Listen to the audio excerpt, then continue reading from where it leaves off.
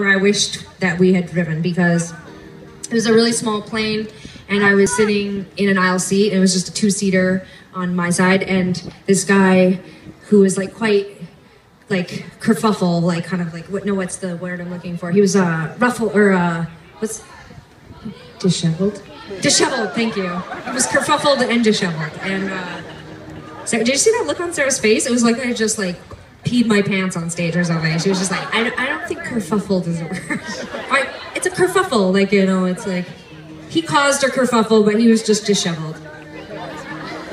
But he was very rumpled, his clothes, and he was wearing flip-flops, which I'm fine about flip-flops, but I think you shouldn't be allowed to wear flip-flops. He was very flip-flopped. He was just super flip-flopped. Yeah, he was flip-flopping all the way down to my aisle, and I was like, no. Because I don't want to see someone's toes 2 inches from my feet. Like, it's just, and he was quite a, like, tall man, and it was a tiny plane, and his leg, he sat down in a disheveled, kerfuffled, flip-flopped mess, and his leg was, like, on mine, his foot, like, was under my seat, his arm, he was like, ugh, like, he went, ugh, like, so loud when he sat down.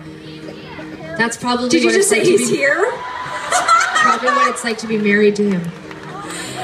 And I just thought, imagine what his wife thinks when he just gets all kerfuffled. I don't even care. I don't even know. He could be like a physio. He could be something awesome. Wow. I don't know. Okay.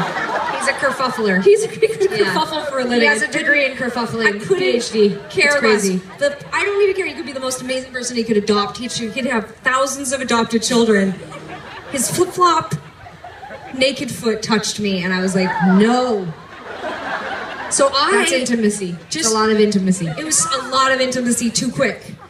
So I'm like, whoops, because I've got steel-toed boots. So I kind of was like, shoved my foot out and was like, whoops, better protect your flip-flopped foot or whatever. And he just like looked at me and then didn't move his foot. And then he like kind of like put his arm over top of the seat or the armrest thing. And I looked over at Sarah, and Sarah looked at me, and I just was like, no.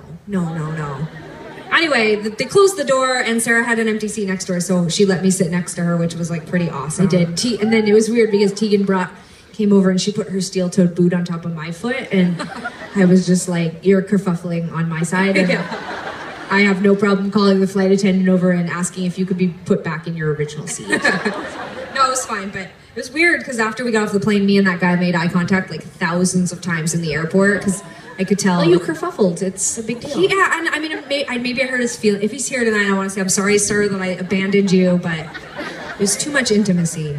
And don't wear flip-flops on a plane. No. Today I actually said they should just get rid of flip-flops. I hate them. I hate the noise they make when you walk in them. Ugh.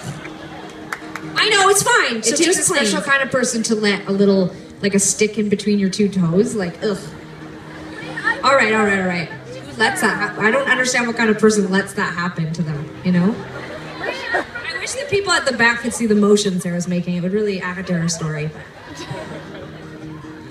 This one's for everyone wearing flip-flops. I can see flip-flops. I'm sorry, Sarah. Yes, you. Yeah. Oh my God. Everyone wearing flip-flops right now is like fat, like braiding leaves together and creating shoes. Like they're just like, I can't be seen in flip-flops. Oh, see, I thought you were going to say everyone who's wearing flip-flops is on Twitter right now being like, I hate @Tegan and Sara.